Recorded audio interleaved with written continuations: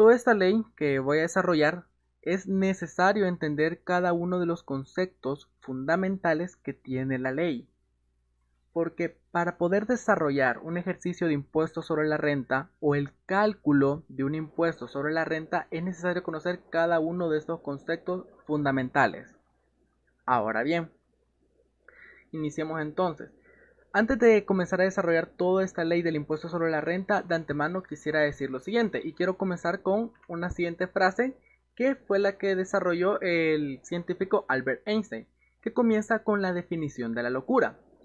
Y la locura básicamente consiste en eso, según Albert Einstein, en que si quieren obtener el mismo resultado, sigan haciendo lo que están haciendo. ¿A qué quiero referirme con esto? ¿Y por qué inicio con esta frase?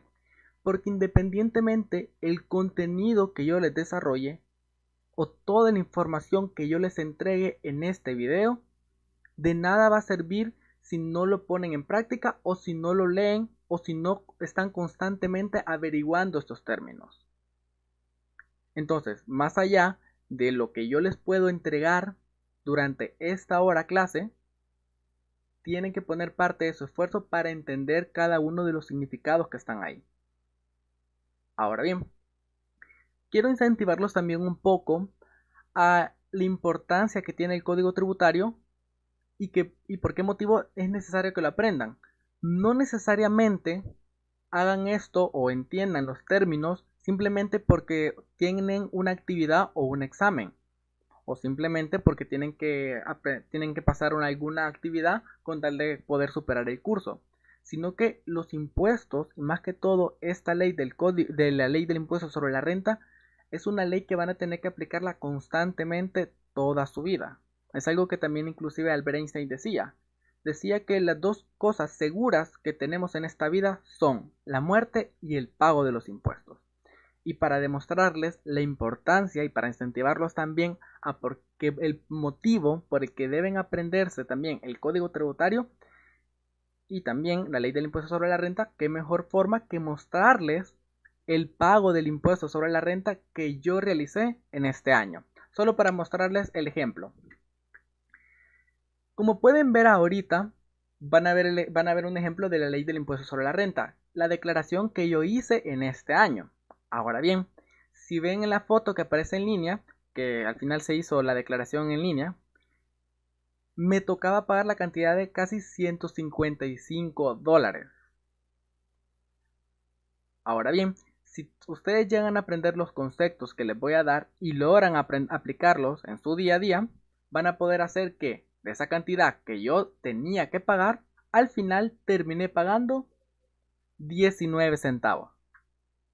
He ahí la importancia de aprenderse el código tributario y la ley del impuesto sobre la renta, porque les va a permitir, además de pagar pocos impuestos, poder desarrollarse durante toda su carrera profesional, y es algo que nadie está exento. Ahora bien, vamos a comenzar con el primero de los artículos del Código Tributario. Pero antes de poder ingresar al Código Tributario debemos saber cómo es que se cobran los impuestos o cuáles son los criterios que se toman para poder hacer efectivo estos tributos. Normalmente existen varios criterios que utilizan diferentes países para poder hacer efectivo el cobro de impuestos, pero existen dos criterios que se utilizan a nivel más general y son los siguientes. Por una parte tenemos el principio de nacionalidad. Este principio que no utiliza nuestro país de El Salvador, este principio de nacionalidad consiste en que no importa en dónde se encuentre la persona, no importa si la persona genera un ingreso en Estados Unidos o genera un ingreso en Brasil o en Argentina. Algunos países toman de criterio que, independientemente esté donde se encuentre la persona, por el simple hecho de generar ingresos, tiene que pagar impuestos al país de su nacionalidad. Ejemplo de eso tenemos Argentina y también España, que tienen ese criterio. Ahí, por ejemplo, el caso que tenía Lionel Messi.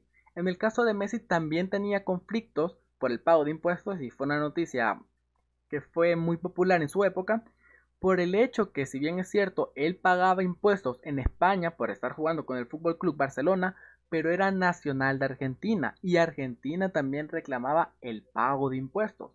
Entonces, este criterio de nacionalidad en sí atiende a eso, atiende que nosotros, independientemente del lugar en donde nos encontremos, debemos pagar impuestos al país de donde residimos.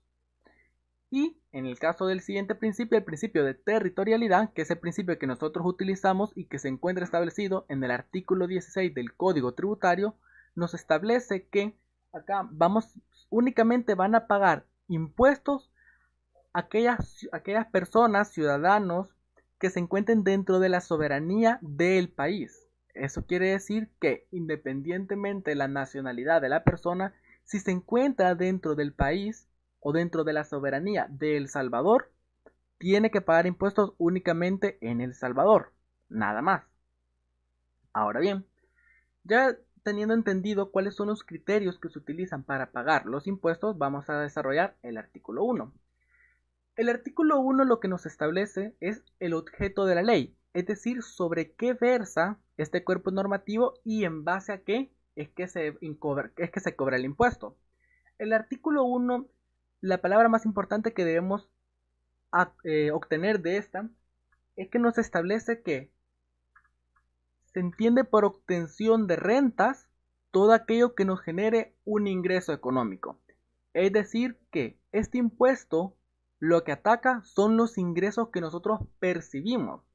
Y debe entenderse que cuando nos establece que son un ingreso económico, también versa sobre todo aquello que sea en carácter pecuniario, hablamos dinero, y también en calidad de especie, es decir, todos aquellos objetos que nosotros obtengamos, ya sean carros, puede ser hasta un lapicero, podrían ser algunas casas, cada una de estas cosas tiene un valor pecuniario, tiene un valor establecido que inclusive la Dirección General de Impuestos Internos les ha establecido ya un valor. Eso quiere decir que independientemente sea la forma en cómo nosotros obtengamos ingresos, la ley sobre eso versa.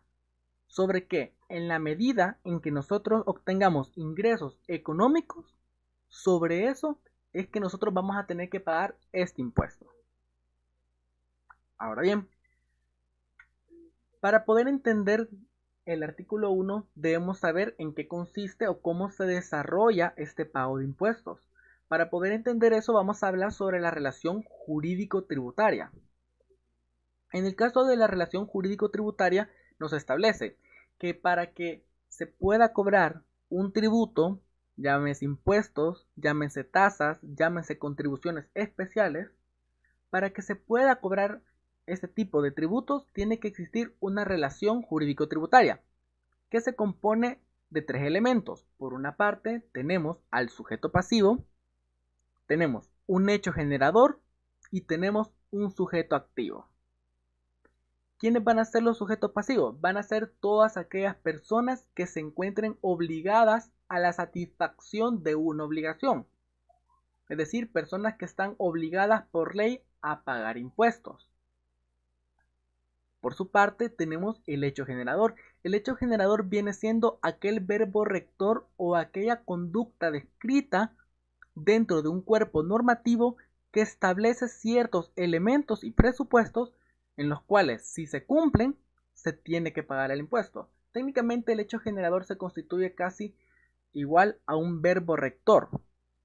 Y por otra parte tenemos al sujeto activo, es decir, la persona acreedora que va a hacer efectiva el pago de la obligación. En todo caso, aquí viene siendo el Estado. Ahora bien, para tener un ejemplo más o menos de cómo funciona esta relación jurídica tributaria, vamos a poner de ejemplo el artículo 128 del Código Penal. En este caso, el artículo 128 del Código Penal nos establece en sí un delito. Y si nosotros lo desmenuzamos, lo podemos hacer de la siguiente manera. Nos dice normalmente el código 128 del Código Penal, quien matare a otro va a estar en pena de prisión de 8 a 10 años. Ahora, si nosotros sacamos los elementos que tiene ese artículo 128, tenemos por un lado el sujeto pasivo, la persona obligada. ¿Quién va a ser en este caso? Si aplicamos el 128, tendría que ser cualquier persona que realizara la acción, que realizara un asesinato o que matara a otra persona. tenemos el hecho generador, que en todo caso sería matar o asesinar. Y por último tenemos al sujeto activo, la persona que va a ser capaz de poder obligar al sujeto pasivo a cumplir con la obligación. En este caso tenemos al Estado. Si vemos entonces, de esa forma es como se desarrolla una relación jurídico-tributaria. Si nos vamos ya al código tributario, vemos que ¿quién va a ser sujeto pasivo? Los sujetos pasivos son las personas obligadas al pago del impuesto. En este caso se puede definir como contribuyente o responsable. Claro, existen más figuras dentro del código tributario, pero de forma general se establece que solo son el contribuyente y el responsable. No vamos a entrar mucho a profundidad sobre este tema porque tenemos que desarrollar más artículos. Pero sujeto pasivo, en conclusión, es el contribuyente o el responsable. ¿Cuál va a ser el hecho generador? El hecho generador es el verbo rector que establece la ley. En este caso, el verbo rector que establece la ley del impuesto sobre la renta es los ingresos económicos, el percibir, el obtener un ingreso de carácter pecuniario o en calidad de especie. Y por último tenemos al sujeto activo, que en todo caso sería el Estado, claro, en sus diversas manifestaciones, tanto como puede ser el Estado por medio del Ministerio de Hacienda, pueden ser las alcaldías también, y hay diversas formas. Ahora, para poder saber cuáles son las definiciones, o al menos que podamos entender de mejor manera cada uno de estos elementos que acabamos de decir, les voy a dejar los artículos que se encuentran establecidos en el Código Tributario, en la cual nos definen cada uno de los elementos de la relación jurídico-tributaria. En el artículo 30 tenemos la definición de sujetos pasivos. En el artículo 16 tenemos qué significa la obligación tributaria o el hecho generador. Y por último, el artículo 19, que habla sobre el sujeto activo, que viene siendo el Estado por excelencia, a partir ya sea de sus instituciones públicas o por cualquier otra institución dependiente del gobierno. Ahora bien, ya que tenemos establecido cuál es el objeto de la ley y cómo es que se relaciona o cómo es efectivo el pago del impuesto, vamos a ver el artículo 2. El artículo 2 nos establece que es el término de renta obtenida o renta gravada. La renta obtenida o la renta gravada, el mismo artículo nos define qué significa, y simplemente se entiende como aquellos productos o utilidades que perciben o que devengan los sujetos pasivos, es decir, cualquier tipo de ingreso que se obtenga y que constituya pago de impuestos se entiende como renta gravada. Ahora, claro, la ley nos dice que pueden ser de diversos tipos, nos dice que pueden ser de cualquier tipo de fuentes. Y claro, nos da unos ejemplos sobre los cuales vamos a entrar poco a poco a profundidad. Por ejemplo, en el caso del artículo 2 nos establece en el literal A que pueden ser salarios, sueldos, honorarios o cualquier clase de remuneración. Eso quiere decir que independientemente del término o el significado que le pueda dar el patrón, o que se pueda entender por ingreso económico, siempre y cuando sea un ingreso o sea una remuneración, es decir, un pago por un servicio que nosotros prestamos, es decir, el trabajo que nosotros prestamos, nuestra fuerza laboral que nosotros prestamos, ya sea en una empresa privada o ya sea en una institución pública, la remuneración que a nosotros se nos realice por el esfuerzo laboral que nosotros hacemos, independientemente del término que se utilice o que quieran utilizar las personas, eso constituye renta gravada. Ahora, en el literal B también nos dice que cualquier tipo de actividad empresarial o de cualquier naturaleza también se encuentra dentro del término de renta gravada. Aquí simplemente lo que se establece es que independientemente de las actividades o de la naturaleza que se esté realizando, empresarial, comercial o ya sea agrícola, independientemente, el ingreso que se obtenga de esta prestación laboral también constituye renta gravada. En el caso del literal C también nos habla sobre los capitales de alquileres, los intereses y las participaciones, que técnicamente lo que se intenta es regular todos esos ingresos que se obtienen a partir de las actividades empresariales o societarias que se puedan desarrollar durante el país o dentro de la soberanía del Estado de El Salvador. Y por último, y es en la que quiero detenerme un poco más porque hay términos los cuales no pueden entenderse a simple vista, que nos dice literal de forma general, toda clase de beneficios o utilidades cualquiera que sea su origen. Y en todo caso, el artículo nos da ciertos ejemplos de cómo podemos entender de qué otros tipos de orígenes se refieren. Siempre dentro del artículo 2 nos habla de las deudas condonadas. Pero ¿qué se refiere a deuda condonada? ¿O qué estamos haciendo alusión cuando hablamos de condonar? Si nosotros atendemos al concepto jurídico de condonar, hablamos de perdón. Y, en todo caso, una deuda condonada viene siendo aquel acto en el que el acreedor exime del pago al deudor, es decir, en aquellos casos en los que en el que el deudor se le exima del pago que tiene o de la obligación que tiene, eso constituye para él renta gravada. Pero ustedes podrían preguntarse también, ¿y entonces qué pasa en aquellos casos en los que yo pido un crédito al banco y ese ingreso que me da el banco a mí, eso no es un ingreso económico? ¿Acaso eso no es renta? Aquí es donde quiero establecer yo. Los créditos que piden normalmente las personas siempre están sujetas a una garantía, fianzas, hipotecas, o que en todo caso se les está haciendo descuentos por medio de las planillas de trabajo. Este tipo de actividades que se realizan de carácter bancario no se consideran renta gravada. ¿Por qué motivo? Porque simplemente acá lo que se está haciendo es que no existe un ingreso económico propio para la persona.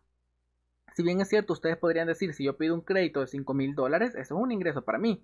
Sí, pero siempre se está pagando, o en todo caso, se ha dado un objeto que viene siendo igual o mayor al valor del préstamo que yo he realizado. Técnicamente se está haciendo una conversión. Entonces, no existe un incremento o una ganancia propiamente.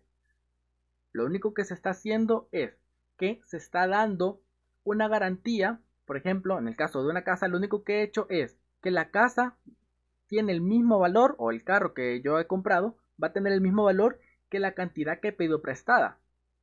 No existe un ingreso. Es más, aquí es un riesgo para el deudor que en todo caso llegara a fallar, tiene que pagar no solamente el dinero, sino que también pierde el objeto y pierde el valor. Entonces, en ese sentido, los créditos bancarios que obtienen ya sean las personas jurídicas o las personas naturales no constituye renta neta porque no existe un ingreso. Como no existe un ingreso, porque simplemente lo que estamos haciendo es un préstamo de servicio en el que yo siempre voy a tener que estar pagando ese dinero y un poco más, sobre eso no versa el impuesto. Versa en aquellos casos en donde se exime del pago de la obligación. ¿Por qué motivo? Imaginemos en todo caso que viene el banco y en virtud de las condiciones económicas en las que yo me encuentro y porque yo realicé un préstamo de $1,000, el banco me condona la deuda. En ese caso, el banco viene perdiendo esa cantidad de dinero que me prestó. Y para mí, que yo ya no le tengo nada que pagar al banco o no tengo ninguna garantía que ofrecerle al banco, ya constituye un ingreso económico a mi patrimonio. En ese sentido, se constituye como una renta gravada, renta que se tiene que pagar. Ahora bien, otro de los términos que también se utilizan dentro del artículo 2 en el literal D son el tema de los pasivos no documentados. ¿Qué vienen siendo los pasivos no documentados? Simplemente se hacen alusión en aquellos casos en donde nosotros tenemos bienes personales, o son bienes de la empresa, o son bienes de la sociedad, en los cuales no se puede comprobar de dónde es que los hemos obtenido.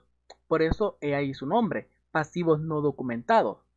En aquellos casos en donde existan empresas, sociedades, o hayan almacenes en donde tienen toda esa cantidad de productos, como podemos ver en la imagen, esos productos tienen un valor económico. Claro, ahí la importancia de siempre llevar una contabilidad, de siempre llevar un inventario de todos los bienes que nosotros tenemos. Porque en todo caso, si no podemos acreditar de dónde se obtienen o de dónde o el motivo por el cual tenemos esos objetos, al final todo esto viene siendo un incremento patrimonial, o al menos así lo establece el Código Tributario o así lo entiende. En aquellos casos en los que se visitan almacenes, farmacias y ven que existe producto y no pueden comprobar o demostrar legalmente de dónde es que lo han obtenido, esto se convierte en un ingreso para la persona y por ende termina siendo un pago del impuesto. Más que todo, esta parte del artículo 2 viene siendo también como un castigo para aquellas personas que son negligentes. Al no llevar un inventario de sus productos o al no llevar un listado de los bienes que nosotros tenemos, al final viene siendo como una manera de castigar al contribuyente o a las personas a que deben llevar un orden reglado de todos los bienes que se tienen. Ahora bien, otro de los términos que se desarrolla dentro del Código Tributario son el tema de las provisiones de pasivos en exceso. ¿Pero a qué se refiere las provisiones de pasivo en exceso? Siempre atendiendo a su definición, las provisiones vienen siendo aquellos actos que nosotros hacemos para guardar dinero. Simplemente la provisión viene siendo guardar, reservar o intentar obtener algo protegido. En estos casos, y el mejor de los ejemplos viene siendo la reserva legal. ¿Qué es la reserva legal? Pues pueden ver que en el caso de las sociedades o en el tema societario, todas las sociedades deben tener una reserva legal, es decir, una cantidad de dinero guardada en la cual van a tener, obligatoriamente por ley deben tener esa cantidad de dinero porque en todo caso la sociedad enfrente un problema económico puede utilizar la reserva legal como un fondo para poder solventar una situación que no pudo ser solventada o que no se esperaba que se realizara. Entonces, estas provisiones de pasivos en excesos o este tipo de actos que realizan las sociedades para evitar en algunos casos ese tipo de inconvenientes, si no se tiene un control o si no se tiene un listado de cómo es que se ha obtenido esa reserva legal, es decir, esa pequeña cantidad de dinero que se ha reservado para algún momento en específico, si no se puede demostrar de dónde se obtiene, entonces también constituye renta agravada.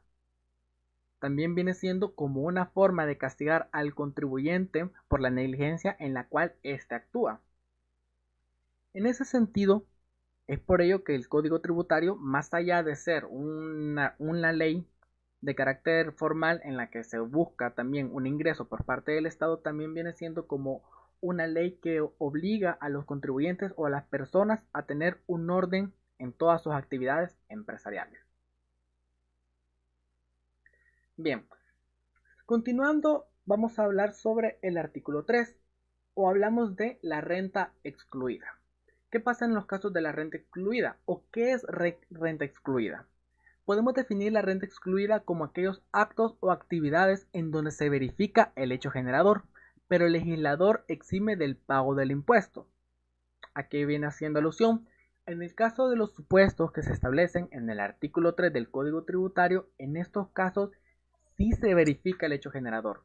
Eso quiere decir que sí se realiza el hecho generador y sí se cumple la relación jurídico-tributaria. Pero en estos casos el legislador exime del pago del impuesto. Y ya vamos a ver por qué motivo eximen del pago del impuesto. Pero eso viene siendo de forma general el artículo 3, como una actividad la cual se verifica, pero que no se cumple por un acto legal o un acto que el legislador ha establecido que no se tiene que pagar. En este caso, el artículo 3 nos establece tres supuestos. Por una parte, nos dice en la letra A, todo ingreso económico que sirva para el giro de la empresa, o eso en resumidas cuentas. Porque el artículo 3 nos dice que los valores percibidos por el trabajador, ya sea en dinero o en especie, por el patrono, en concepto de viático de transporte, alimentación, etc., podemos ver que el primero de los supuestos que nos establece el artículo 3 son ingresos económicos que obtiene el trabajador, pero no es que sean ingresos económicos que el patrono se los da porque quiera hacerlo, sino que son necesarios porque a partir de ese ingreso que se le está dando se va a utilizar para un fin económico. Por ejemplo, como bien lo establece la ley, todos aquellos viáticos o toda aquella alimentación, trabajo o uniforme que se le está dando al trabajador, esto se realiza porque esto va a beneficiar a que la empresa o la sociedad pueda generar más ingresos. Solo pongámonos a pensar en aquellos casos en que las empresas les den ya el traje o el uniforme listo a sus trabajadores. Sería, o sea, si bien es cierto, constituye un ingreso económico porque esa tela o ese uniforme que se le da a la persona tiene un valor económico, haría mal el legislador todavía en asignarle el cobro de un impuesto.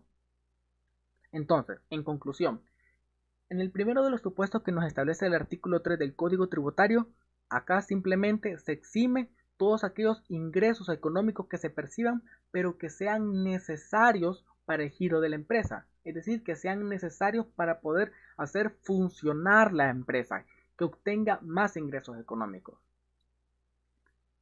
Ahora bien, siguiendo con el siguiente de los supuestos, también nos establece en aquellos casos en donde se obtenga un ingreso económico, ya sea por conceptos delegados o herencias que reciba el contribuyente.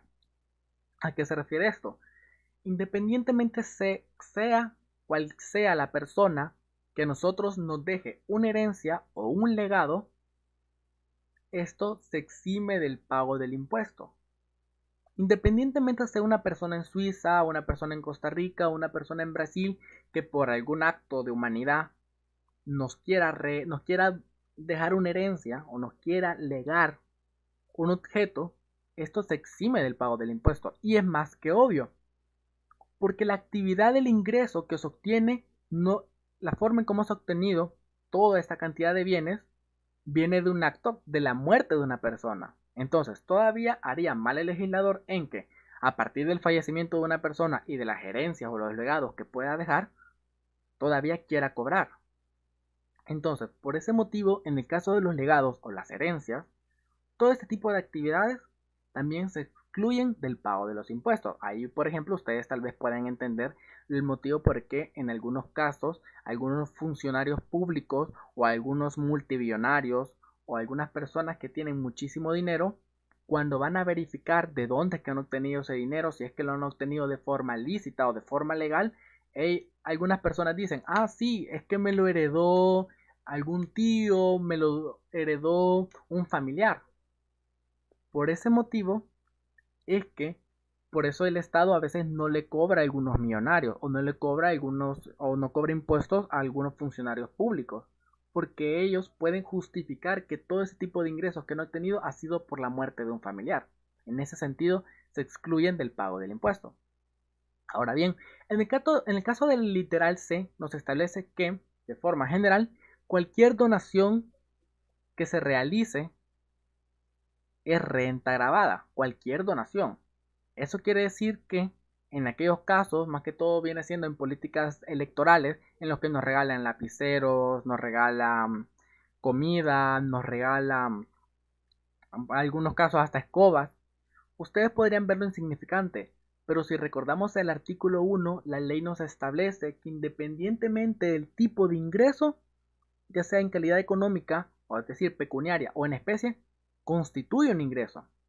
Claro, como dice, cualquier donación, inclusive en aquellos casos en los que nosotros le hemos regalado un lapicero a un compañero, o le hemos regalado cualquier cantidad de bienes, una bolsita de arroz, una bolsita de azúcar, todo eso constituye un ingreso económico, porque todo tiene un valor económico.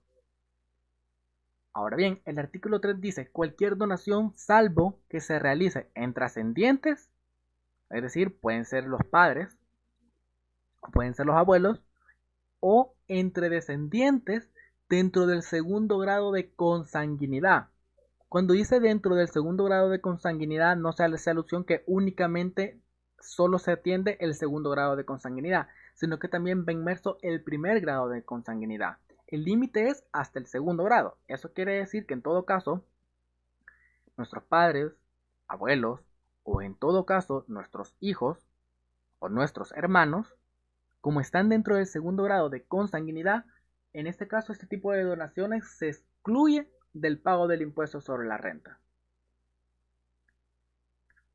Eso quiere decir que otros tipos de donaciones que pueden realizar, por ejemplo los vasos, lapiceros, esos se tienen que pagar impuestos sobre la renta por el ingreso económico que constituye. Claro, En todo caso, el Ministerio de Hacienda o el ente regulador que se encargue de cobrar impuestos no se va a tomar la molestia o no se va a tomar la tarea de verificar cuánto es el valor económico del lapicero que nos regalaron.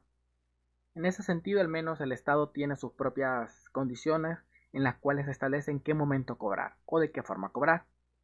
Ahora bien, siguiendo con el Código Tributario, la Ley del Impuesto sobre la Renta, vemos el artículo 4. El artículo 4 nos habla sobre rentas no gravables, también conocidas como supuestos de no sujeción. Ahora, ¿en qué son los supuestos de no sujeción? Los supuestos de no sujeción, como he dejado abajo en la definición, son aquellos actos u actividades en donde aparentemente se verifica el hecho generador, pero por razones sociales, culturales o económicas no se constituye el mismo. Eso quiere decir que estas actividades o los ejemplos que se encuentran relacionados en el artículo 4, siempre de la misma ley, vemos que en estos casos, si bien es cierto, puede aparentar que es un ingreso económico, pero al final no se verifica. Eso quiere decir que de la relación jurídica tributaria, al final lo único que no se cumple es el verbo rector, el hecho generador. Entonces, si no existe o no se realiza el hecho generador, no se tiene que pagar impuesto. En ese sentido, vamos a tomar de ejemplo los primeros tres supuestos que establece la ley, en virtud que la cantidad de supuestos que se establecen en el desarrollo del artículo 4 son demasiado largos como para poder desarrollarlos durante una hora clase.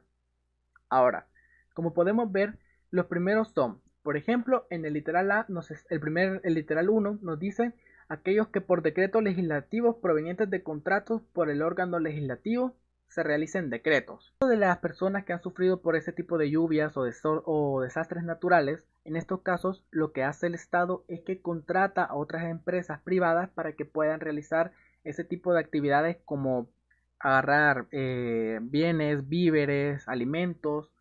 Lo que se busca en sí o lo que quiere buscar el Estado es que por medio de este tipo de contrataciones que se van a realizar, este tipo de contratos lo que buscan es un beneficio a la sociedad. No es cualquier tipo de contrato, son beneficios económicos, pero por las razones sociales que han suscitado en ese sentido, es por eso que el Estado puede, por medio de decretos legislativos, establecer que los ingresos económicos que obtengan las empresas se excluyen del pago del impuesto. O por ejemplo en aquellos casos en los cuales se realizan, por ejemplo, algunas entregas de algunos bienes. Por ejemplo, en aquellos casos, en aquellos momentos donde se realizó la reforma agraria, en donde aquellos pequeños trabajadores no tenían dónde poner su porción de tierra o no podían establecer su hogar, en esos casos, todo ese tipo de donaciones que realiza el Estado a aquellas familias pobres, claro, esto tiene un ingreso económico, poseen un valor económico. En ese sentido, también pueden realizar por medio de un decreto legislativo y eximir el pago del impuesto.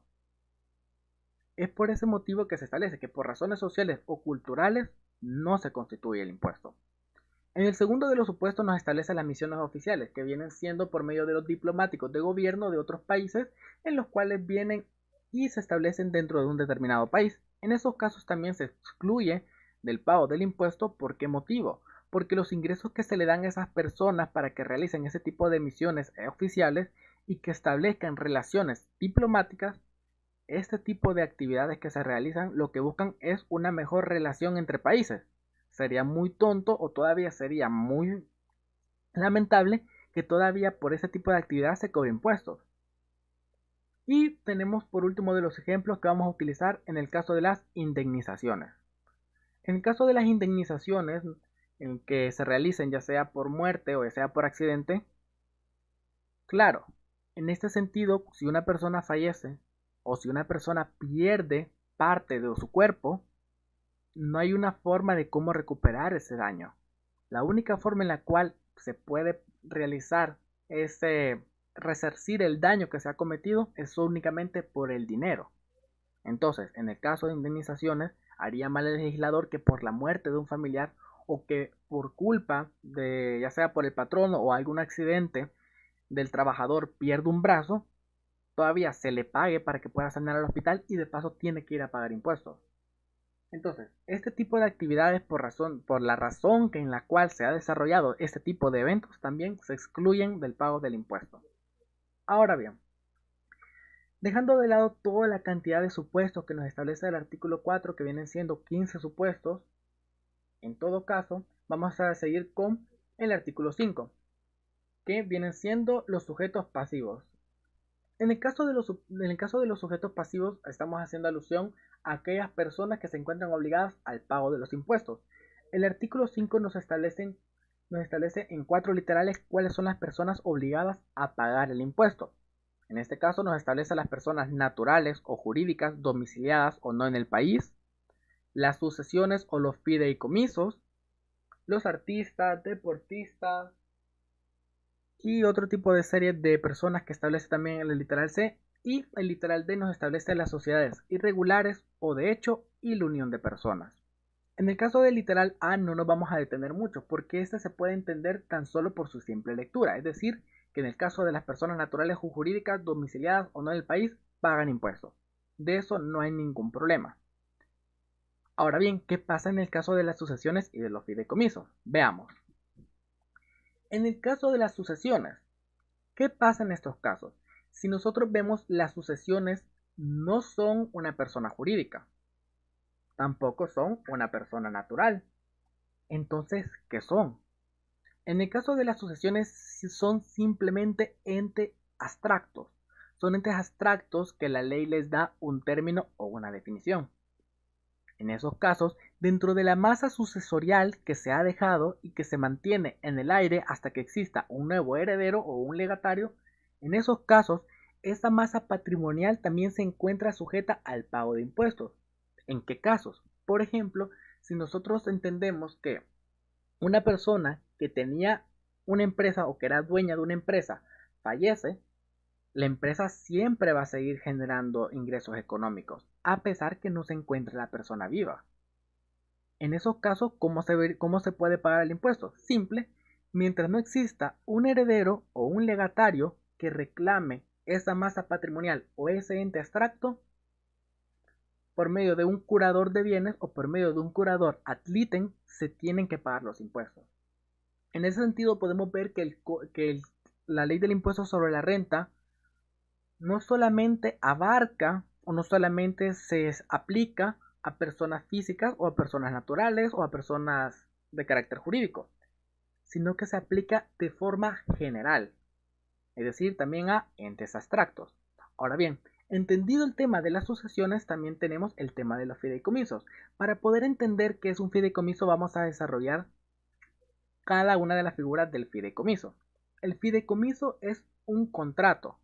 Este contrato más que todo se realiza de carácter bancario. ¿Y en qué consiste? En sí, el fideicomiso se desarrolla a partir de 3 personas. Por una parte está el fideicomitente, tenemos el fiduciario y tenemos el beneficiario. Ahora bien, en sí, ¿cómo se relaciona o cuál es la relación que existe? En sí, la relación se desarrolla de la siguiente manera. Tenemos un fideicomitente. El fideicomitente viene siendo una persona que tiene una cantidad de bienes o que tiene una cantidad de ingresos. ¿Qué es lo que hace el fideicomitente? Lo que hace el fideicomitente es que transfiere esa cantidad de bienes o transfiere esa cantidad de dinero a un fiduciario, que en todo caso el Código de Comercio nos establece que únicamente los bancos pueden ser fiduciarios en ese sentido. Ahora bien, lo que se desarrolla es que el fideicomitente transfiere una cantidad de bienes al fiduciario. ¿Qué es lo que tiene que hacer el fiduciario? Administrar esos bienes, y lo que normalmente se persigue con este tipo de contratos es que el fiduciario, o en todo el caso el banco, los bienes que se han entregado, él los tiene que administrar para generar mayores ingresos económicos. Esa es su finalidad, que el administrador pueda generar más ingresos con la cantidad de bienes que se le ha entregado. Y se establece también una fecha límite, que pueden ser 5 años, 10 años, 25 años como fecha máximo según el Código de Comercio, o que puede ser de carácter indefinido, pero ya vamos a ver ese tema, pero un poco más adelante. Entonces, al final, terminado el plazo, lo que tiene que hacer el fiduciario es entregar toda esa cantidad de bienes administrados a un beneficiario. ¿Quién puede ser el beneficiario? Puede ser cualquier persona. Puede ser que el beneficiario sea el mismo fideicomitente. Por ejemplo, puede que pongamos una sociedad. En el caso de que una sociedad que se encarga, por ejemplo, de vender telas, digamos que tiene $5,000 y quiere que esos $5,000 trabajen. Puede venir y puede transferir todos esos $5,000, los puede transferir al banco para que el banco en 5 años lo gestione y logre generar mayores ingresos económicos. Y una vez transcurridos esos 5 años, el banco le vuelva a transferir esa cantidad de dinero siempre a la misma sociedad. El beneficiario puede ser cualquier persona.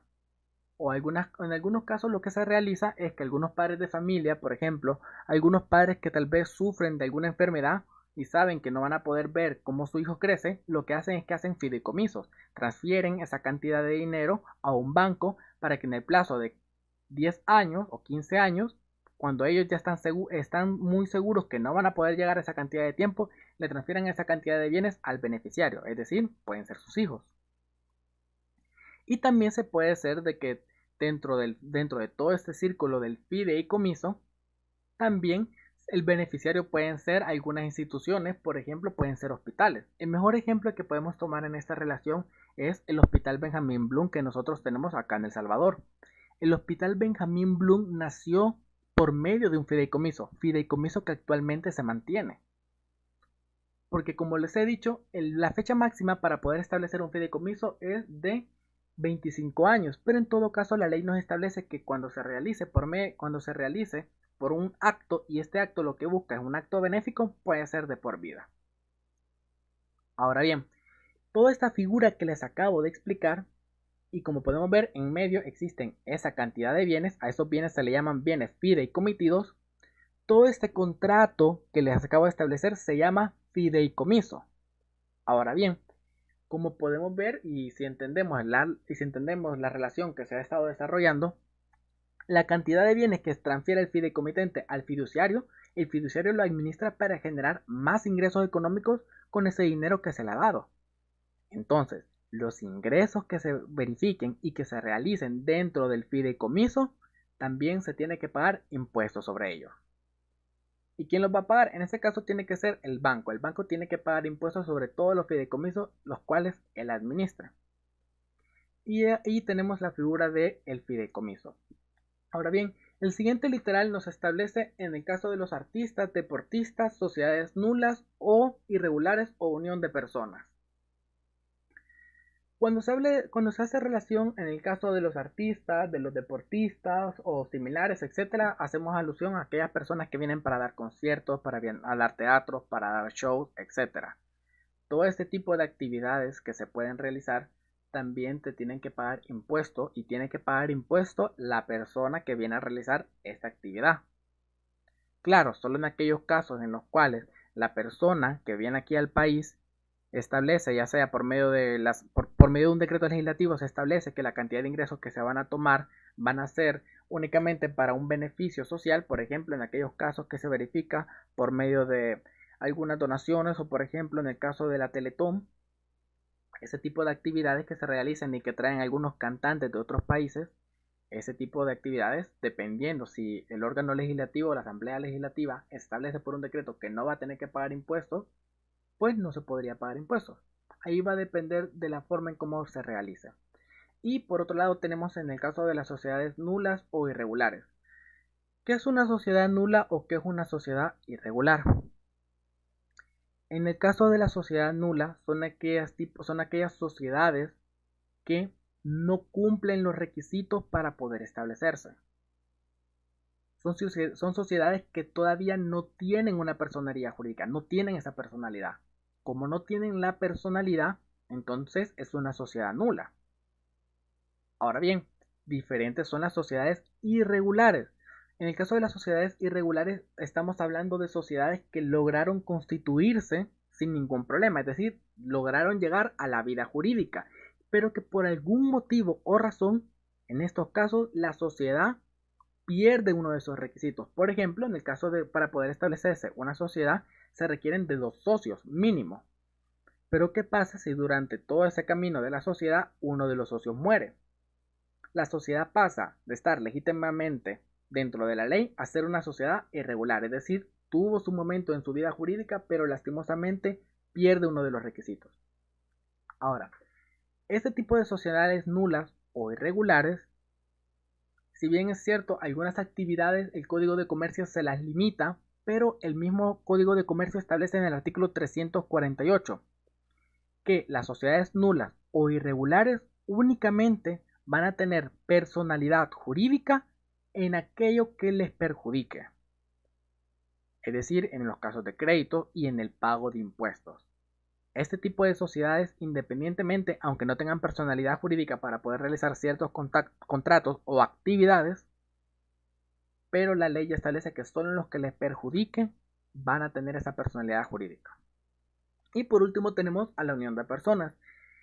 La unión de personas en sí viene siendo como un tipo de sociedad, pero no tan establecida o no tan formal.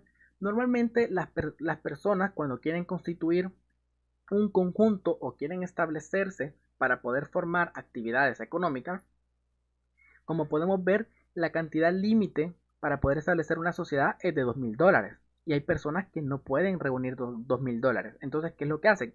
Hacen una unión de personas, es decir, simplemente es el conjunto de personas que se reúnen para darle vida jurídica a un ente, el cual no es sociedad, pero que su finalidad es poder realizar ese tipo de actividades comerciales.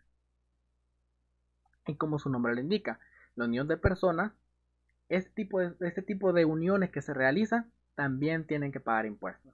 ¿Por qué? Porque la unión que se realizó, si bien es cierto, no tenían dinero para constituir una sociedad, pero aún así se unieron por una actividad comercial. Entonces, esa actividad comercial que ellos realizan también se cobra impuestos. Y bien, de forma general podemos seguir con el código, esta ley, la ley del impuesto sobre la renta y el código tributario, pero vamos a dejar las cosas hasta acá. Bien, vamos a dar espacio de también... Ah, no, pero antes que se me olviden, disculpen. En el caso de los sujetos excluidos, en este último caso no existe una mayor complejidad. ¿Qué pasa en estos casos? Los sujetos excluidos tenemos el Estado y las municipalidades. ¿Qué pasa con el Estado y qué pasa con las municipalidades? Es simple. Hay municipalidades que obtienen ingresos económicos y también hay instituciones públicas que forman parte del Estado. ¿En qué sentido? Por ejemplo, pueden existir las municipalidades que cobran impuestos o que cobran tasas. ¿O qué pasa con aquellas instituciones públicas que cobran parte de un servicio, como podría ser Sertracen por la emisión de la tarjeta o la licencia de conducir? O por ejemplo los duicentros, que cobran también por el simple hecho de poder prestar ese servicio y dar el documento único de identidad. ¿Qué pasa también con aquellas instituciones públicas que cobran para poder inscribirse legalmente? El registro de comercio, registro de asociaciones y fundaciones sin fines de lucro. Existen varios trámites los cuales el gobierno establece cierta cantidad o cierta tarifa. Esa cantidad o esa tarifa también, como es un ingreso que beneficia a la institución, se excluye también del pago del impuesto. ¿Por qué? Porque es el mismo Estado el que se estaría cobrando. No tendría ningún sentido. Y por último tenemos en el caso de las corporaciones y las fundaciones. ¿Por qué el Estado excluye a este tipo de entes? Es simple. Las corporaciones y las fundaciones sin fines de lucro lo que buscan es realizar actividades que coadyuvan a los fines del Estado. Entendemos que el Estado se constituye o el fin y el origen del Estado es la persona humana. En ese sentido, si este tipo de instituciones lo que buscan es ayudar al Estado, mal haría el Estado en cobrar. Entonces, en este tipo de casos, las corporaciones y fundaciones sin fines de lucro también se excluyen del pago del impuesto. Claro, en ese sentido, lo único que tienen que pagar ellos es simplemente la inscripción a la institución y una vez se les autorice para poder realizar este tipo de actividades, ese tipo de corporaciones y fundaciones no pagan impuestos, independientemente de la cantidad de dinero que tengan que reciban por parte de las personas para poder realizar este tipo de actividades benéficas. Solo en esos casos estas personas están excluidas, pero claro, tienen que llevar un control de los ingresos y de las actividades que están realizando.